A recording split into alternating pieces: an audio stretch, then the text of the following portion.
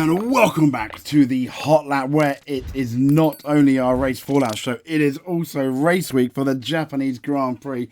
Let's get into that straight away. So, 2023, it's going to be a matter of when and not if Max Verstappen wins that championship. And here on planetf1.com, they basically said, as we know, he's edging closer to that world title, and it's only a matter of time. He's got a 152-point lead in the championship over Sergio Perez. And as we know, having won the last 9 races, here is when he can 10 races, is when he can now essentially do it. So there are now just 4 drivers in theory who could mathematically win the title. When is the earliest opportunity, though? Before we get into that, who are these potential people? Fernando Alonso, Lewis Hamilton, and Sergio Perez are all technically in the running. I say technically, that's a massive, technically in the running. I'm using air quotes, put it that way. So when is the earliest he can win it? Well, as we know, he really struggled in Singapore, and he's no longer able to win the title in Japan.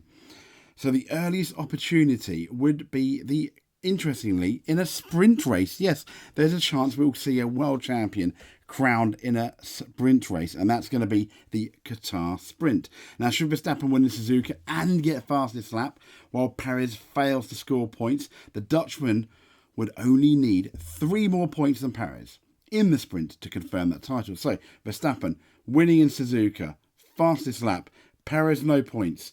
And let's be honest, the way the season's going that's not an impossible scenario. That would confirm him the title in Qatar with 3 more points than Perez. So winning the sprint, for example, and Perez not doing very well. But if Perez finishes second behind Verstappen in Japan, then the reigning world champion would need to score 21 more points than his teammate across the Qatar weekend. Now, in terms of records, that would see him fall 1 short of Schumacher's epic 02 season for the earliest win when you look at the number of Grand Prix left, but in terms of percentage of races. So, what if Max fails to win another race? Well, as we know, it's pretty much, you can always bet your house on that not happening, but however unlikely it seems, in theory, Max's Italian victory could be the last of the season, and even if that were to be the case, he still has a good chance of winning the title. So, should the Dutchman finish second to Perez's first at every race and sprint, he will win the championship at the United States with 4 races to go. Now, if he comes third in every race, we'll have to wait till Las Vegas. How many races can Max Verstappen afford to DNF? Well as their speed. As we know, the reliability of the Red Bull car has not been as bulletproof as some people think. For example, in Italy, they were nursing a problem. Even in the first race in Bahrain, Verstappen was nursing a problem. But reliability as a whole for all the teams has been fairly remarkable this year. So, as we know, Max is yet to DNF in a race.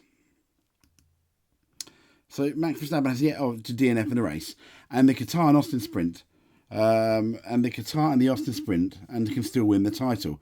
Meaning he could miss 23% of the season and still be in the championship. So we could afford 5 DNFs and the Qatar and Austin sprint and still win the title. Got that?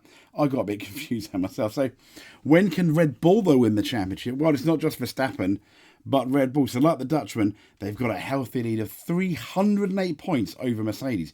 But they are, in theory, 3 teams capable of winning the title, and that includes Ferrari and Mercedes. But in reality, ascension is a matter of time, and that time could come at the Japanese Grand Prix. That situation will occur if they score at least 11 points more than Mercedes and Suzuka, which is not impossible. 1-2 for Red Bull.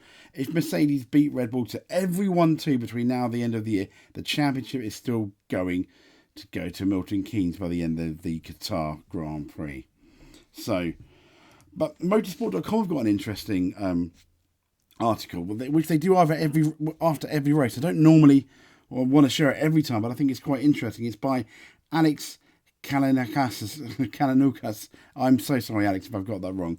But he's basically said, as we know, Red Bull are finally toppled this year. And the first talking point is Red Bull is mortal after all. If any of you have seen Rocky 4 in that fight with Ivan Drago and Rocky, and then Rocky finally hits Ivan Drago, played by Dolph Lundgren, and there's blood there for the first time. He bleeds, he is human. It's kind of like that moment, that Red Bull are human after all. So for Max to win 10 in a row, as we know, is insanity, Horner has said. But at the same time, it felt odd to see the soon-to-be triple world champion out in Q2 on pace alone. So as we know, Red Bull got that wrong, and they kind of made things worse with their tweaks from FP1 and 2 to FP3. There was also talk of the new technical directive frustrating them potentially, but I don't think that, like a lot of people, that's going to be too much of an issue in Japan. If it is, it's going to send alarm bells, isn't it? They may have come back toward the competition a bit, but as we saw in the actual race itself for Singapore, it was very much, Max Verstappen's race pace was very much there. Sainz's searing streak showing no sign of ending, it says. So what was not surprising was seeing an eventual race winner, Sainz, right on pace from the first session. I mean, it says Sainz nailed pole and did everything he needed to secure victory with that really uncanny strategic race. And he's really, really been showing Leclerc up, hasn't he? It concludes, if Sainz searing post-summer break form continues, he'll be putting himself in the best position to capitalise should Red Bull fall from its mighty 2023 highs again. And it continues saying, flexi bodywork debate set to rumble on in 2023. Now, it said the conspiracy theorists had a field weekend, considering that Red Bull's fall down the pecking order occurred at the first event, where two separate technical directives came into force. But as we know, Horner has always said, I know all of you love to blame the TD, but unfortunately we can't blame that because it's not changed a single component on our car. And so seemingly this had little impact on his squad from Singapore. Red Bull did, however, add changes to the existing floor edge and rear wing end plates, but still it was part of the circuit-specific approach there. But it's not all Red Bull where flexing bodywork has been the focus this season, and there was enough evidence of various front wing panels still moving significantly around Marina Bay to raise questions when you look at maybe even some of the other teams, even though nothing illegal was found. But I think we're going to, as I said, we're going to have to wait. We are till Japan, and it says, but still won't stop the focus for many of eyes being on Red Bull's bodywork in Japan in the weekend. Now, even if evidence of previous 23 races suggested it should theoretically return to form on similar tracks. I mean, Japan's, like a Spa, like a Silverstone, when you look at those fast-flowing corners and those decent straights. Number 4, Ferrari's recent car have hurt Leclerc in 2022. Ferrari's recent car changes have hurt Leclerc in 2022's Verstappen's way. Well, I think what they're saying there is basically Leclerc revealed after the race that changes to the Ferrari have removed the oversteer tendencies he needs to reach his supreme highs.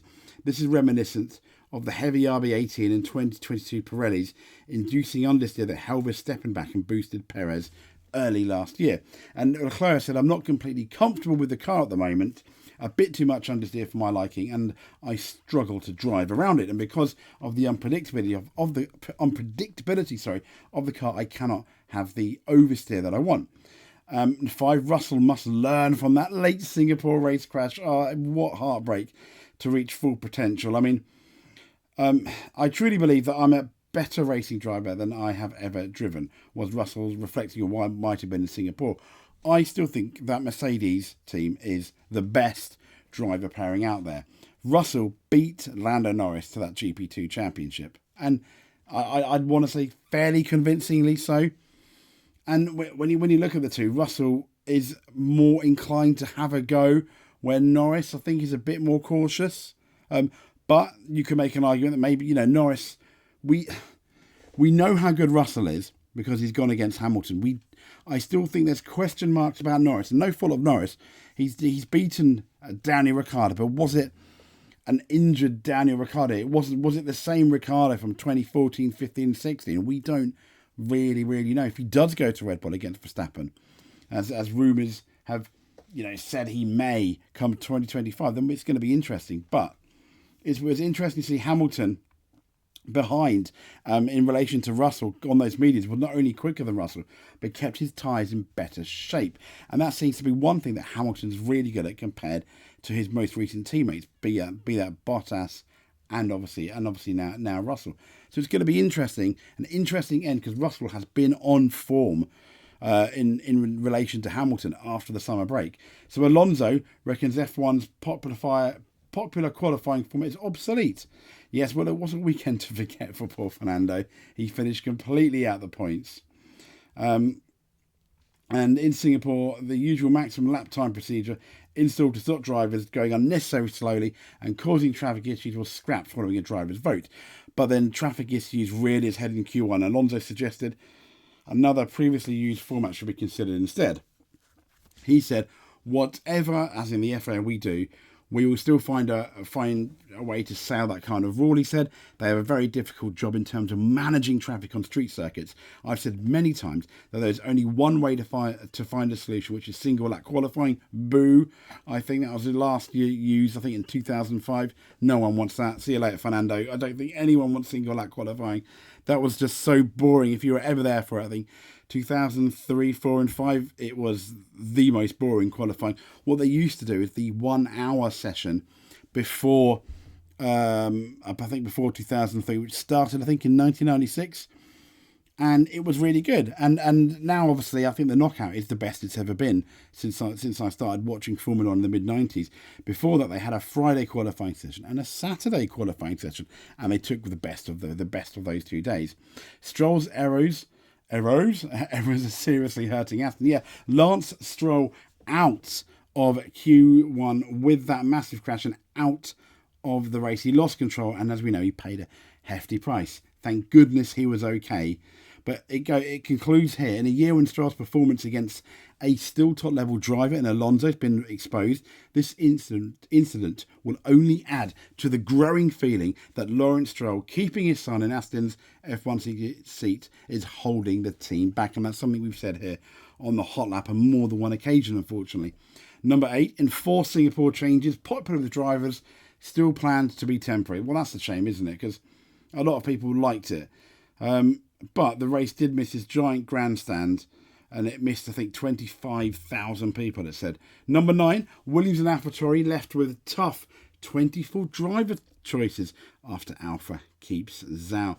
Yes, Alfa Romeo's decision to retain Zhou alongside Bottas was announced just as the Singapore kicked off. Now, the choice locks up the Alfa seat, and it has been rumoured that rumoured change in the offing that, Felipe Drugovich was rumoured. Now, Logan Sargent's poor Singapore Grand Prix solo crash will only increase the feeling that he's out of his depth. Surely, unless he now has a masterclass from Japan to the end of the season, I cannot see. Realistically, unless there's loads of money involved, Williams keeping Logan Sargent.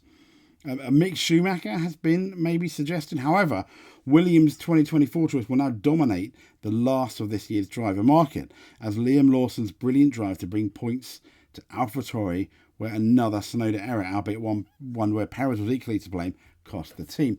And as we know, Daniel Ricciardo is set to return soon, possibly as early as the Qatar Grand Prix. So it's going to be really interesting, and that's going to be something we're definitely going to keep our eye on. And Andretti, close to the FIA entry approval. Yes, it emerged from the Singapore paddock that there's been further progress in the never-ending, it seems, saga of the Andretti squad gaining that F1 team entry. This is because the American organisation's bid is now understood to be close to passing that first step. Confirmation of approval from the FIA could come as early as this week. And if that happens, F1 CEO Stefano Domenicali, as the boss of the championship's commercial rights holder, will have to undergo another round of evaluation on Andretti's plans. That process should be expected to take place in the next few months. But here we go. As you heard, I'm really loud click. Sorry. Lawson hails fantastic first F1 points. I mean, what we mentioned it. We mentioned it last time. What a race for Mr. Lawson. And This is on the official Formula1.com page. A very tired Liam Lawson called his 9th place finish in Singapore fantastic. But while he was pleased to finish in the points for the first time in his career, the New Zealander has already set his sights on tackling the Suzuka weekend. And as we know, he does do that Super Formula in Japan, which is kind of like a bit faster than, I think, F2 cars. So he is going to know Japan really, really well. And Lawson showed a good turn of pace through Singapore this weekend, and he made it into Q3, knocking out a certain 2-time, soon-to-be 3-time world champion. There we go. And for the first time, replacing the injured Danny Ricciardo. However, a slow start from 10th saw him drop down to 12th. But as we know, he made steady progress all during the race, all evening, with others ahead not finishing, such as Ocon, and George Russell, who crashed on the last lap. Lawson took advantage to finish 9th. Asked him how he felt out after the race, Lawson responded, "Tired, very tired. Honestly, when you are struggling for pace, the race can be twice as hard because you were just fighting you're just fighting the car the whole time." Fantastic, Lawson. Last but not least, this is on Sky Sports.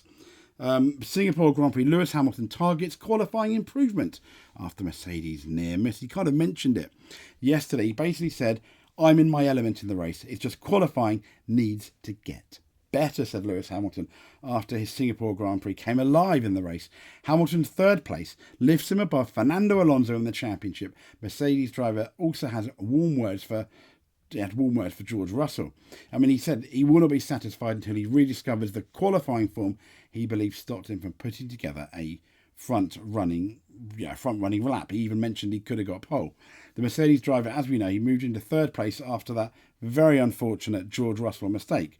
Reflecting on the weekend, Hamilton said, "It's all in hindsight, but I think the thing I was most disappointed with, I mean, George was so close to pole on Saturday. I should have been on pole yesterday, but then we had a good race. The race was kind of textbook. The team did a good job with strategy. I was in my element in the race. It's just qualifying needs to get better." George was great all weekend, and George was the faster driver than Hamilton all weekend. The only time Hamilton, I think, was, other than maybe outside the practice sessions when you don't know what they're really doing with fuel, etc., and setups, but outside that, George looked better than Hamilton until they both went on those medium tyres, and then Hamilton showed us why he is the 7-time, nearly 8-time, but 7-time world champion. And he'd been out-qualified by Russell in all 3 races since the summer break, meaning the young Englishman has edged back ahead in the Saturday head-to-head, with 8-7 in terms of competition. Now, asked how he can get back on top over his single lap form, Hamilton replied, It's clearly not just the car." George was on the front row. He said, "It's me, it's my driving style changes that perhaps I'm making. It's a lot of different things, so I need to look into that. I will naturally keep my head down, keep pushing, and will not be satisfied until I get back there." But if you remember, even in the Mercedes days, it wasn't a guarantee that Hamilton would always out-qualify Rosberg, would always out-qualify Bottas. It would seem that Hamilton, as fast as he is, and even though he's got the record for pole positions, he seems to be a lot better in the race, and I guess that's where it counts. But anyway, this has been our race day fallout, and it's race week all in one go for the Singapore Grand Prix weekend, coming in to the Japanese Grand Prix weekend. Catch us with all the news. Like and subscribe, comment down below. All of it will be really appreciated. We'll speak to you next time. Thank you very much.